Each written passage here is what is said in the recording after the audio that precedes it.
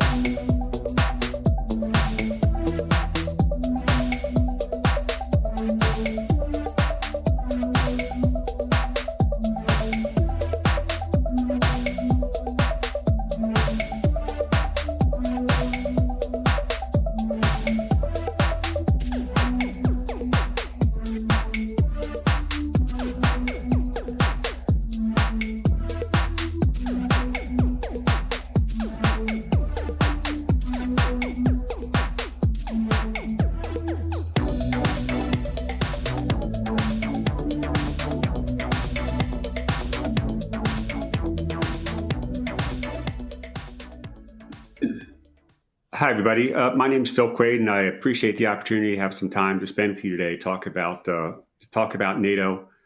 The world's changed quite a bit in the 70-plus years since NATO has been established. And one thing we can be certain of is that the decade of 2020 will be no exception.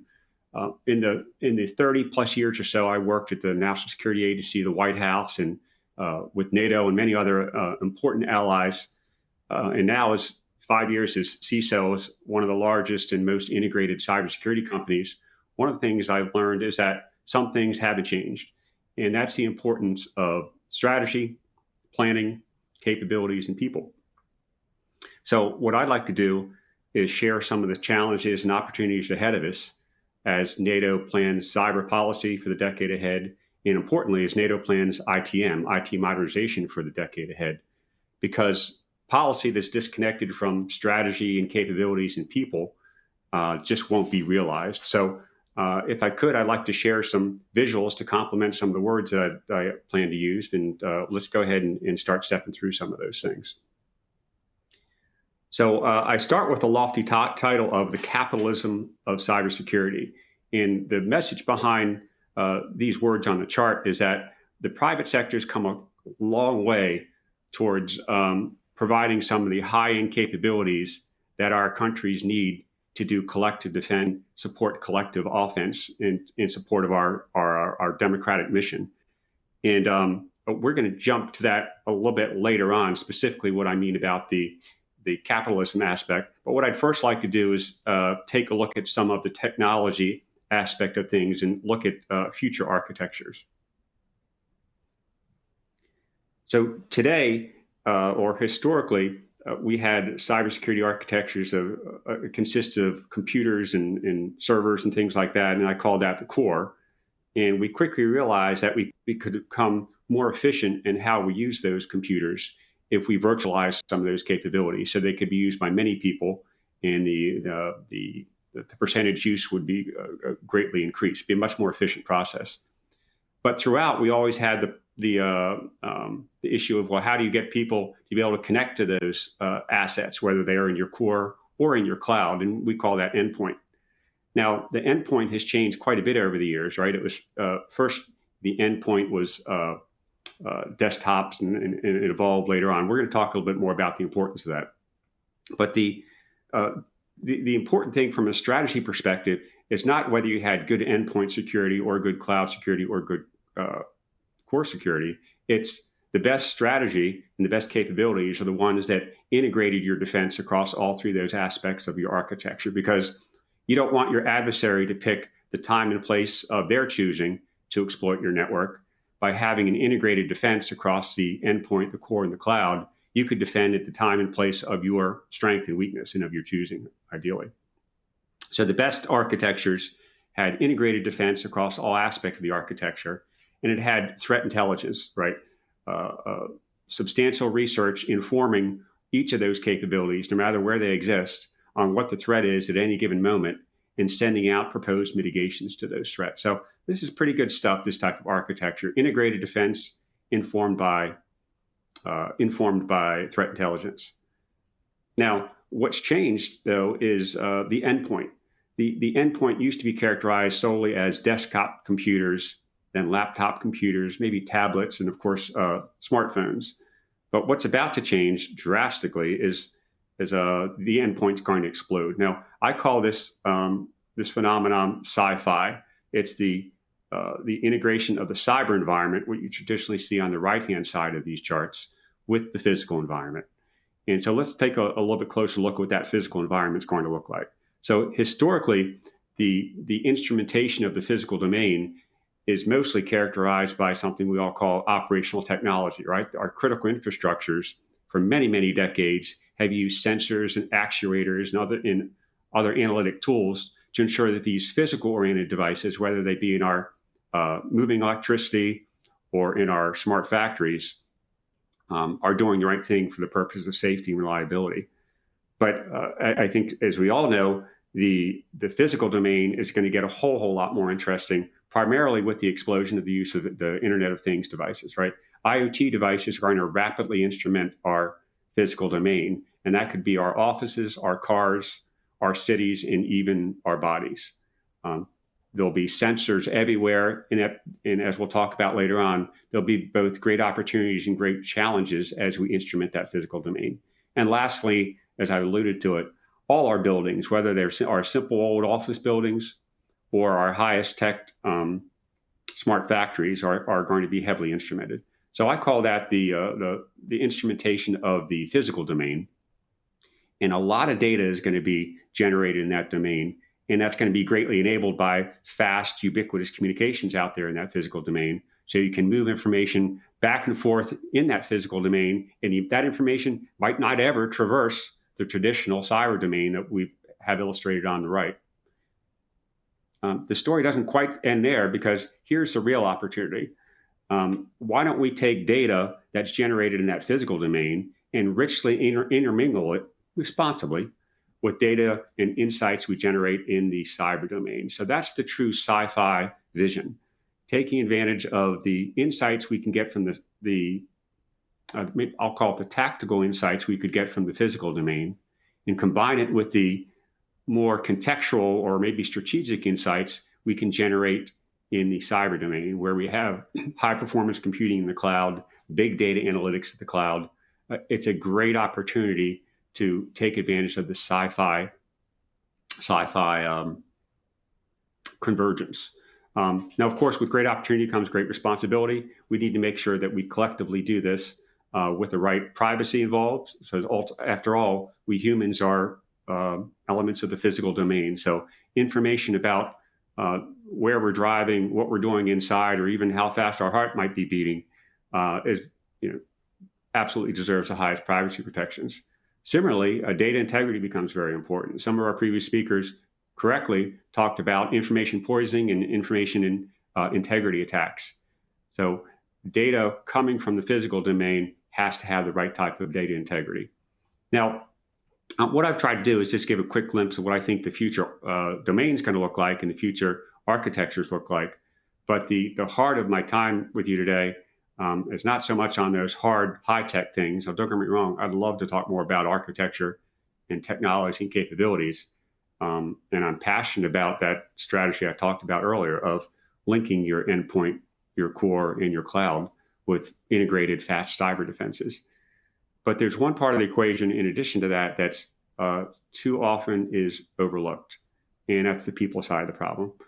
And as you might know, in our field, the cybersecurity field, there's a huge skills gap, right? You can see some of the numbers up on your screen. Basically, the demand is far outstripping the supply. And that's affecting all of us, whether it's small organizations, big organizations, government, private sector. and it's resulting in unfilled positions. It's making us spend a lot of money searching for people, and ultimately, it's not enabling us to accomplish the mission or business objectives at the pace that we'd like to do. Now, my view on this is that we can't just imagine we're going to suddenly churn out 4 million new computer science degree people to cover this gap.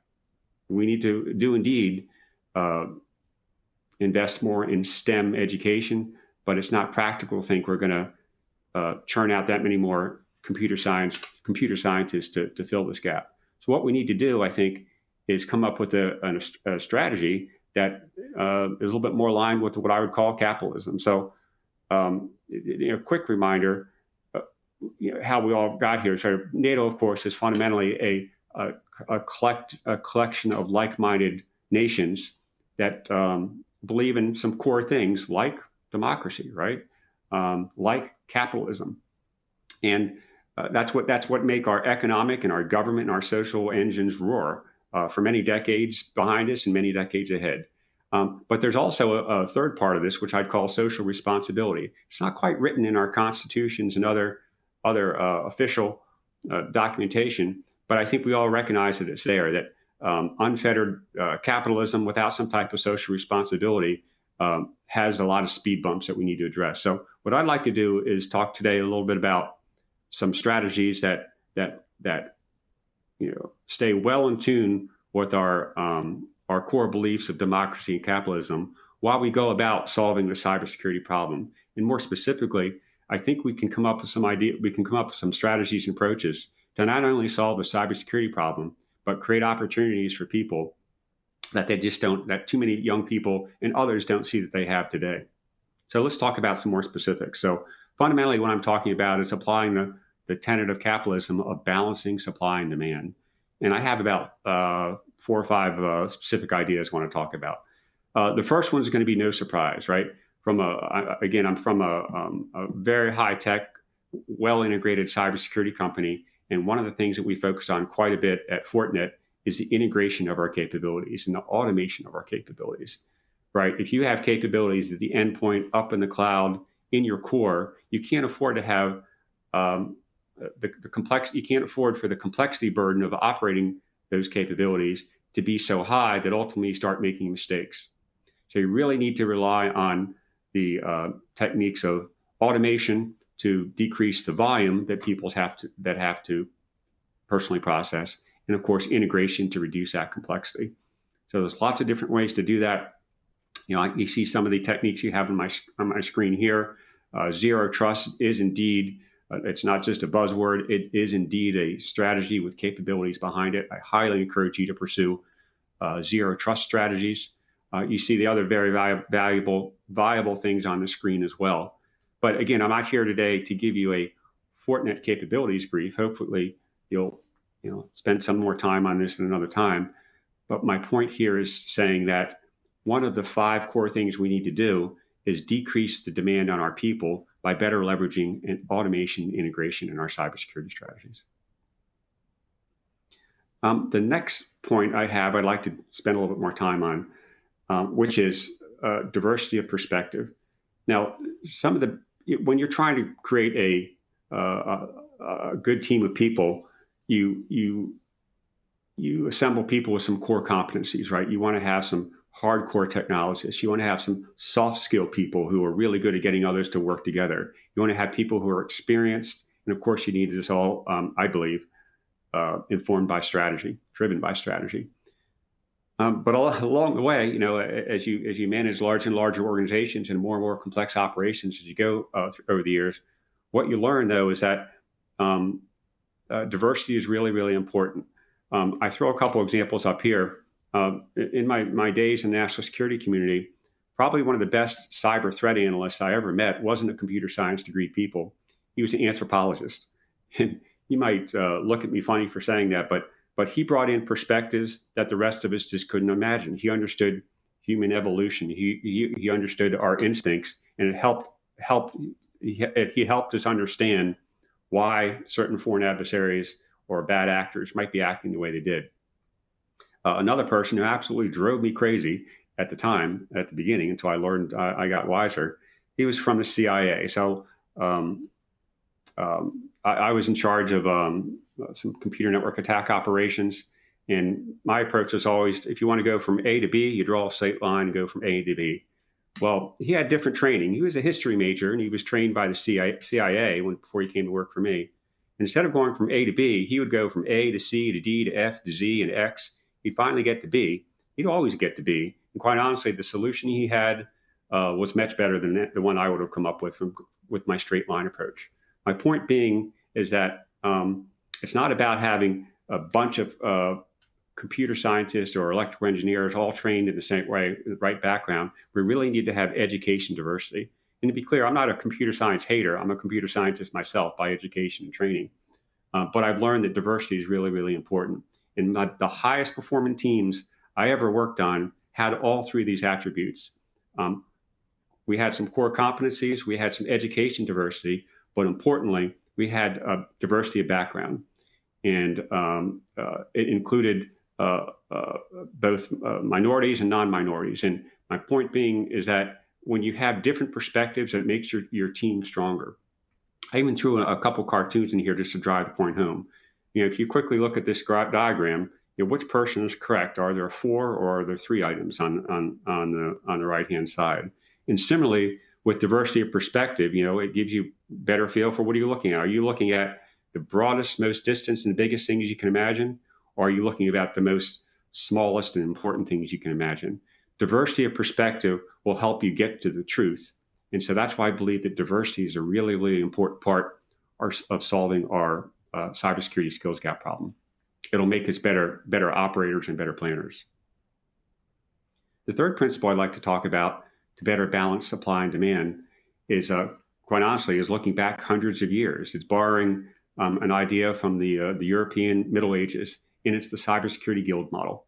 I believe what we need to do is to greatly increase the entry-level opportunities for people into our workforce. Let's bring them in as apprentices in large numbers. Let's teach them up through training and education and experiences and coach them up and to become journeymen. And some subset of them will indeed become masters. I like this model. Not only does it work for IT, but it works for the OT environment, right? Operational technology in our critical infrastructures. But importantly, it's an enduring model, right? If you get this model going by getting the right number of people in as apprentices and you give them opportunities, you indeed are going to have a sustainable model for many, many decades to come. So a guild model that creates a pipeline of people ought to be a big part of our collective strategy. This next part is something that is, I'll call it a call to action. Too many of us, when we sit down to describe a new job that's opening up, one of the first things we write down in the cybersecurity community is requires a 4-year degree.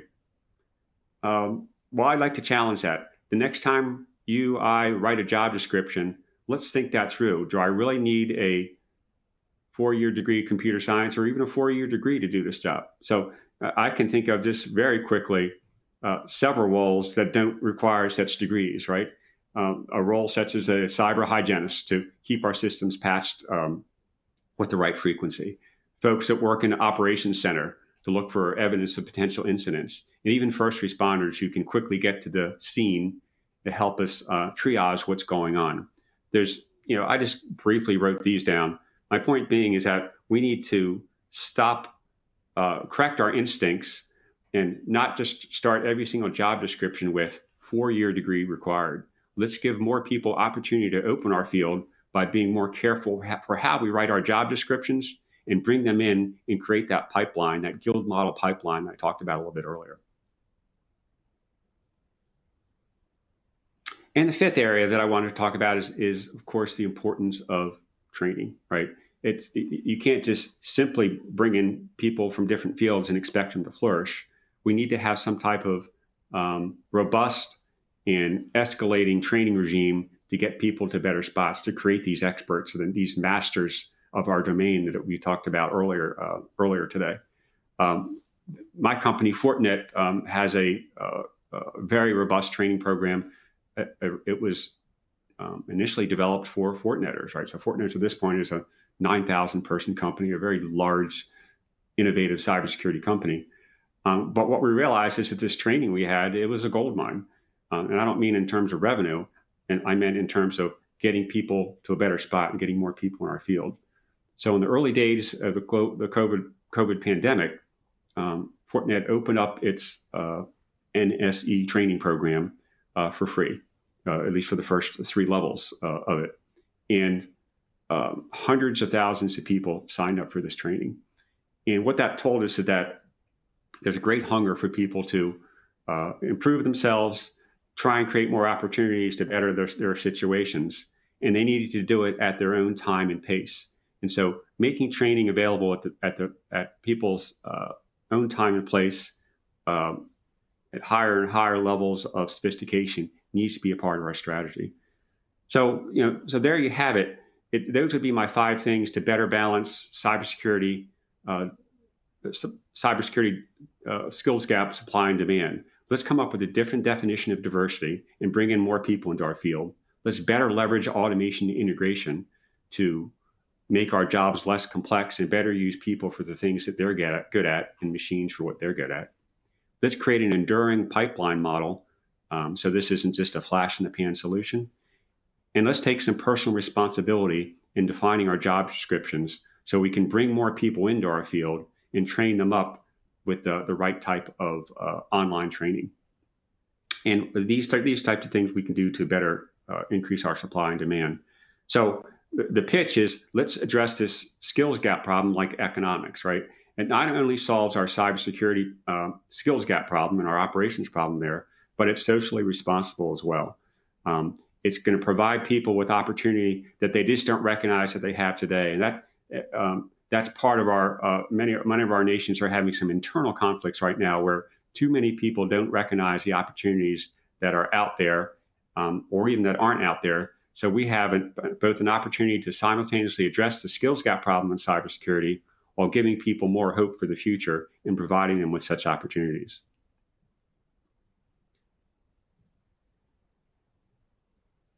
I've covered the 5 big things of how we can achieve this better balancing of supply and demand. And what I'd like to do, though, is end with a perhaps maybe more less methodical, a little bit more inspirational way of looking at the problem. Today, we're using cybersecurity to enable IT and OT and even physical security to do really important things that are serving as the engines of our economies, the engines of our democracies, in enabling our, the pursuit of happiness by our citizens. Whether it be smart factories, safe and reliable transportation, or even better accessible healthcare enabled by technology. And we ought to feel really, really good about that. But if we get even better with the right workforce, we can do even more important things. If we integrate the IT domain with the cyber domain and the physical domain, we can help solve some really important problems, whether they be mental problems or physical problems. We can continue to address the 1,000 years old scourge of world hunger by better instrumenting our environment, or maybe the transportation systems for distribution of food. And we can address the important issue of climate change by having the right instrumentation of the environment and having the right types of technologies out there that can help do our part to contribute to the solution of this problem. We can do some really, really important things if we master the cyber-physical integration opportunity and put in the right safeguards, and if we create a workforce that's better postured, both in numbers, in training, in diversity, to work in this environment. So I thank you for your time today, giving me the opportunity to talk a little bit about strategy, a little bit about capabilities, and hopefully tug at your heartstrings a little bit to say, not only do we have an important mission problem to solve, right? Getting the right policy and IT modernization in place for NATO to better do its operational mission, but we also have an opportunity, and I'll say responsibility, to help address some of the social needs that our nations collectively have. Thank you for your time. And if there are any questions, we can take them now.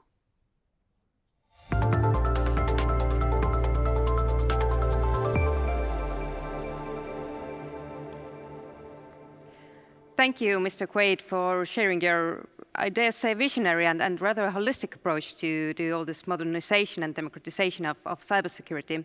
And indeed, there are some questions from the audience, so let's take a couple of them.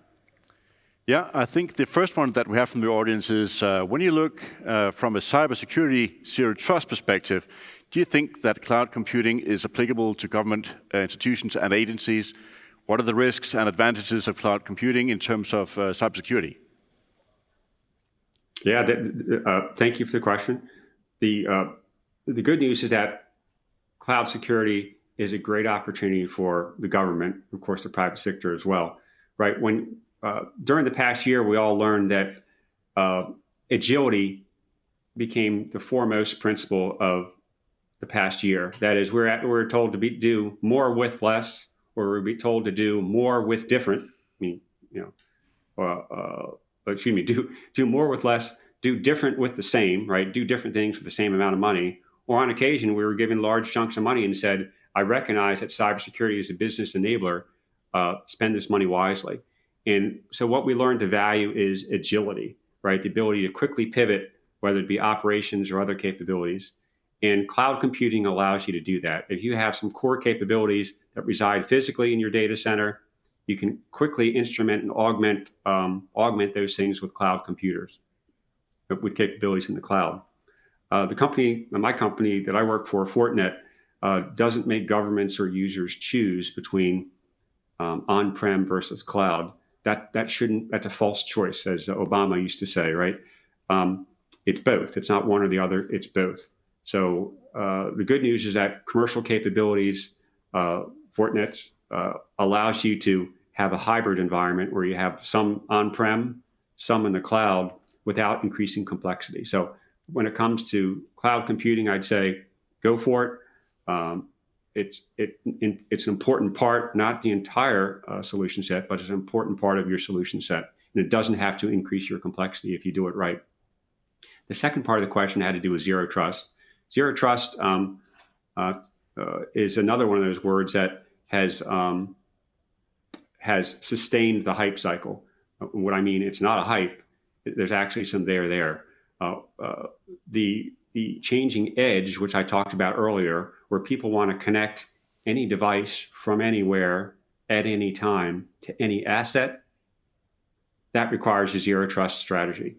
That is, you want to ingest or allow a device to connect, but at every point upstream, as it moves to different parts of your network, whether it be your core or your cloud, you want to be able to verify the device's authenticity, intent, and permissions. That's what zero trust is all about. And it's not just a concept, it's a very, very practical thing. And the good news is that you're probably already doing, 2 or 3 of the 5 required steps to get to a zero trust environment. And if you talk to the right people, we can help you get to the 5th step of zero trust and allow you to connect all those devices and people from anywhere you'd like, and do so responsibly. Thank you. And actually, the next question carries on pretty much with a similar thought, and it asks that would you agree that the same zero trust is not to say no trust, but rather it is layered and aligned with the critical assets and process to reduce real business risks? Yep, it's like I say, it does indeed. It's a responsible thing to do as we appropriately take more risk in allowing people and devices to connect from different places. We have to shift our risk-taking from the edge inside our network. That is, since some of these devices, like IoT devices, are inherently untrustworthy because they didn't have security built in, or for whatever reason, we don't want to just blindly ingest them into our network and allow them to connect. You want to shift your security to other parts of your network. And that's where you have more robust security mechanisms built in. That's what zero trust allows you to do. And importantly, that's why I led my talk off by talking about the importance of integrated security. Unless you have security that collaborates across the edge, the core, and the cloud, you don't have a chance at implementing a zero trust strategy, because you can't shift risk and risk management to the places of your strength. You're forced to deal with it individually. It's a bad strategy. So yes, you can. It's important to implement zero trust for the reasons we've talked about, but your fundamental strategy is you have to have an architecture that's based on, that is fully integrated in order to shift and manage that trust in an integrated, more holistic way. Thank you. I think we have time for one more question, and we have one from the audience here. Is the usage of AI just a new technology that is used in cybersecurity, or do you see it as a big milestone? And if yes, why? Thanks. I'm sure that question's been asked before, and I hope we're not repeating anyone. AI is both evolutionary and revolutionary, and it's evolutionary in the fact that machine learning is here today. My company's been using machine learning for at least 5 years to look at billions and billions of pieces of information that we characterize into threat intelligence. So machine learning, the machine learning aspect of AI is here today. Full AI, of course, is not here today. Excuse me, I don't want a lightning bolt to hit me for saying that. There's lots of different definitions of AI.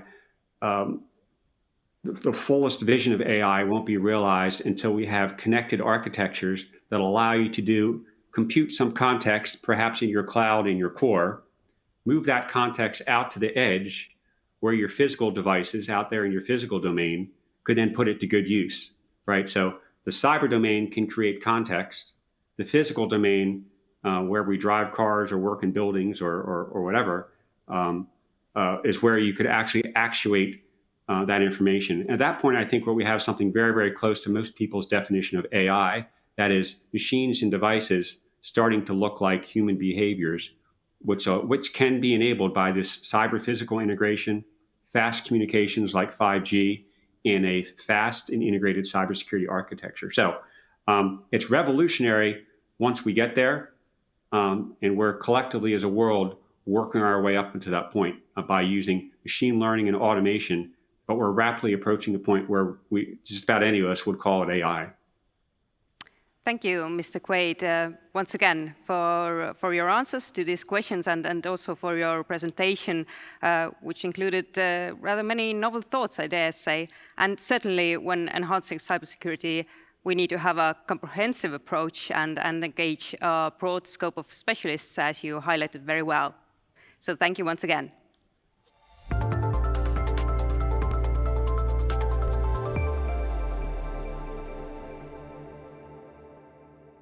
Perspectives sink in and allow you to get a cup of coffee or stretch your legs. We'll have a 10-minute break. After the break, we will have 3 parallel sessions. On stage 1, the session will be on civilian sector vulnerabilities to cyber attacks, moderated by Commander Michael Woodman, head of the strategy branch of the CCDCOE. And on stage 2, we'll have what should be a very interesting discussion on agile principles in the era of new technologies, moderated by Lieutenant Colonel Massimiliano Signoretti, law researcher at the CCDCOE. And finally, on stage 3, we will have a panel on cyber threat intelligence titled Guess Their Thoughts, moderated by Gabar Viski from the technology branch of the CCDCOE. In all the sessions, use the chance to ask questions from the speakers via the chat function, and enjoy your break, and see you at the top of the hour. Thank you.